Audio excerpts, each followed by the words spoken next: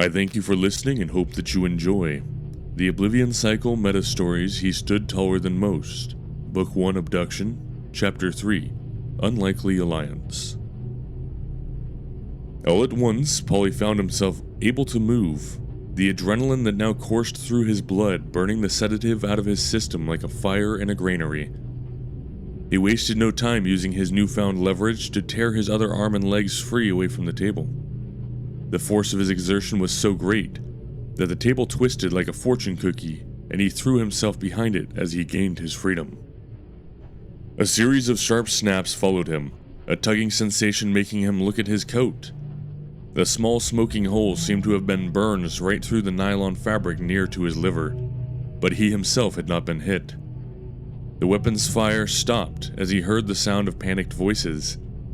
It seemed that the guards were no more excited to go after him than he was to jump in front of their weapons. But he had to do something fast. He looked around. He was in an almost barren room, the walls and floor the same dark gray metal as the roof.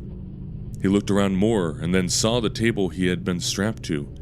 It was twisted, sparks issuing from torn wires that jutted from the base of it. An idea formed in his head and he grinned as he shifted his position to place his arms under the slab. Polly put all 118 kilograms of his body behind the table and gripped it hard before he pushed it up and out. He moved explosively like he had been taught in sports as a kid, the table resisting his wiry but powerful muscles for only an instant before the entire assembly was lifted right out of its floor mount.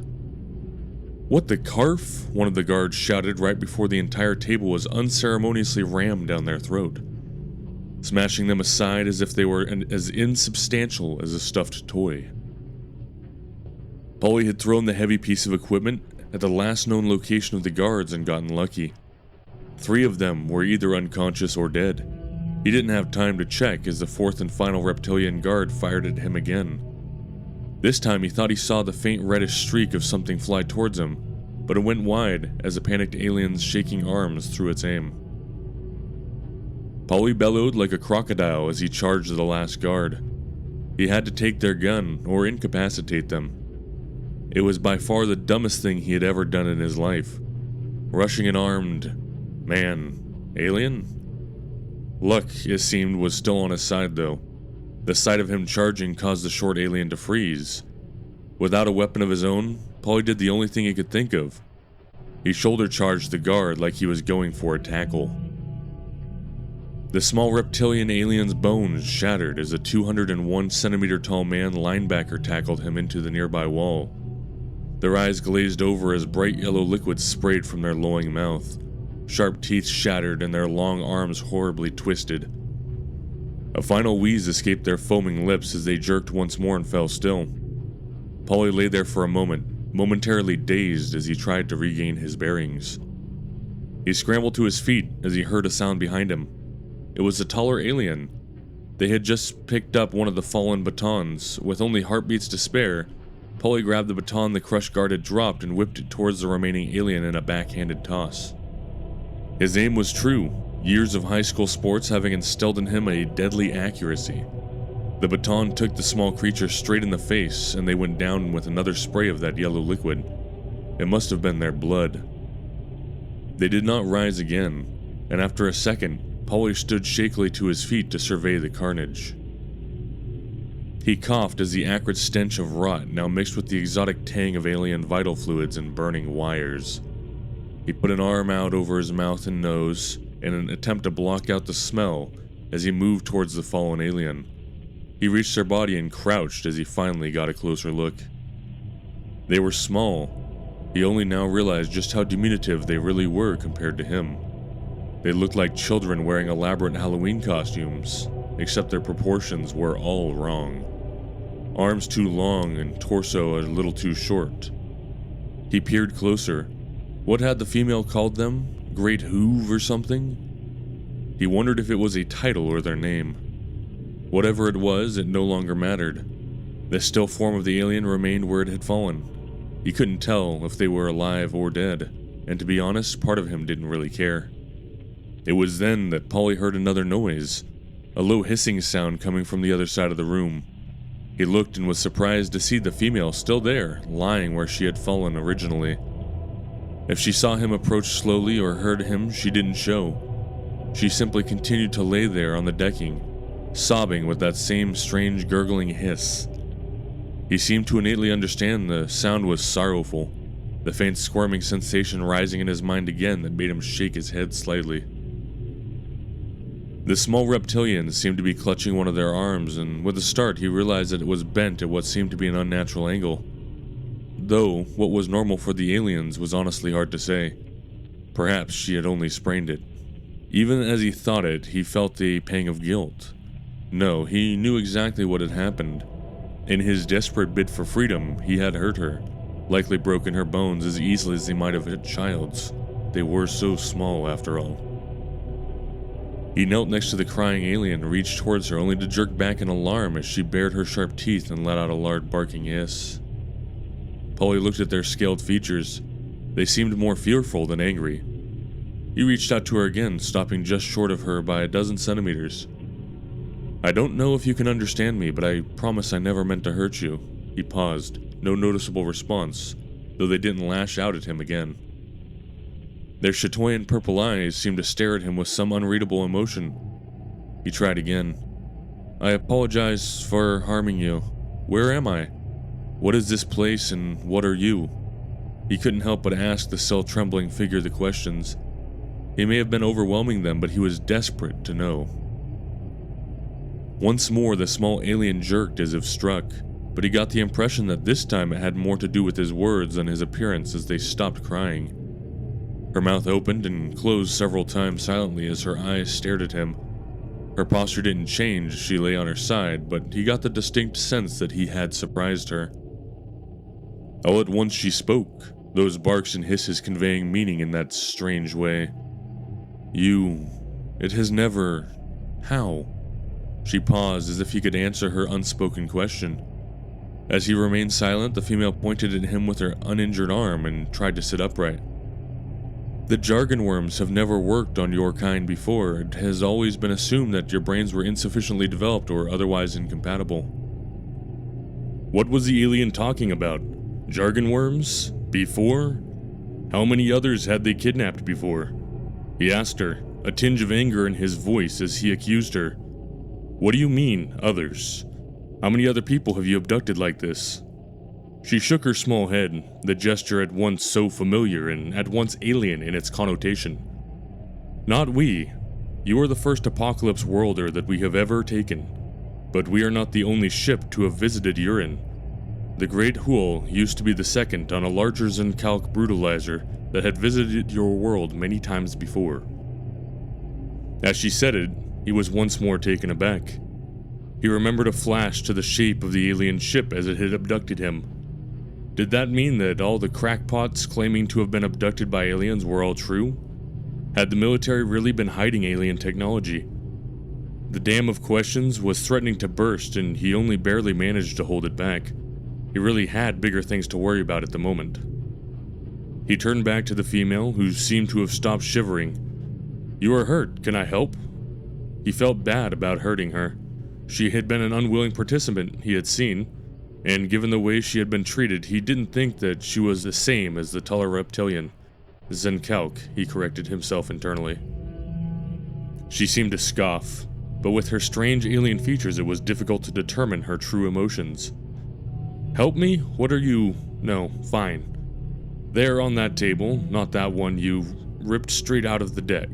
She seemed to laugh wryly, the idea crazy to her as it would have been to him had it happened any other way. She gestured and he saw the small table she had grabbed the injector from. On it were a few other implements that looked wicked in their design. "This small blue vial, bring it here." He nodded and moved to comply. The vial was indeed small.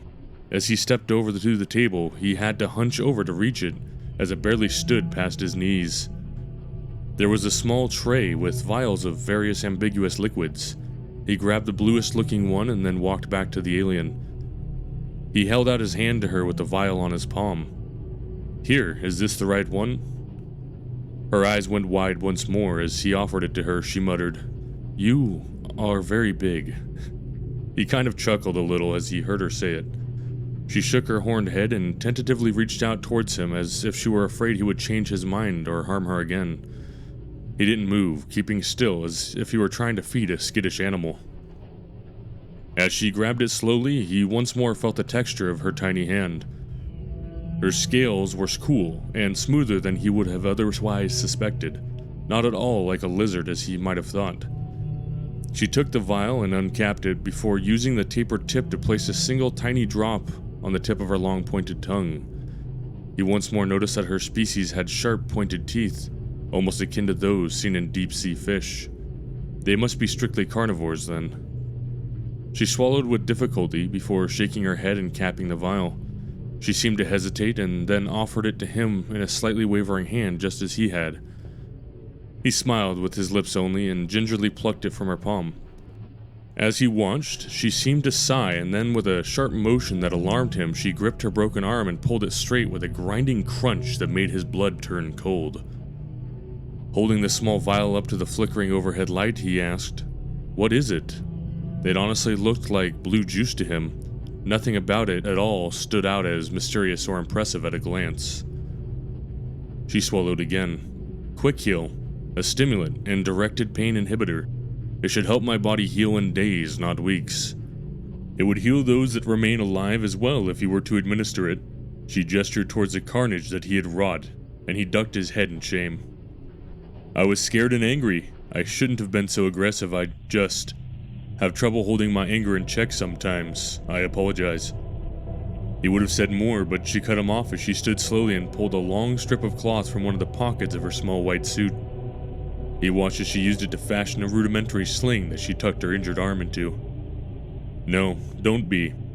They are slavers and murderers, criminals even by the standards of my people. I was taken from my home and forced to work for them as a xenobiologist due to my veterinary training. I have been wanting to escape the clutches of the Great Wall for a long time now." The way she hissed the word made Polly feel like she was being the opposite of honorific in its use. He stood to his full height and offered her his hand. "Well, it is good to have a friend then. We have not been formally introduced. Hello, my name is Polly. Nice to meet you. I wish it had been under less violent circumstances." She seemed to grimace, though it could have been a smile, as she cocked her head and took a slight step back. "What is this gesture?" She put out her arm straight forwards and down, as if she were also trying to shake the hand of somebody that only stood as high as her waist. Polly laughed at the mimicry, the noise startling the tiny alien woman for a second before he shook his head. "No, not like that. It's called a handshake. It's a friendly gesture in my culture. You grip each other's hands and shake them slowly for a moment. It is supposed to show good faith and camaraderie, or something.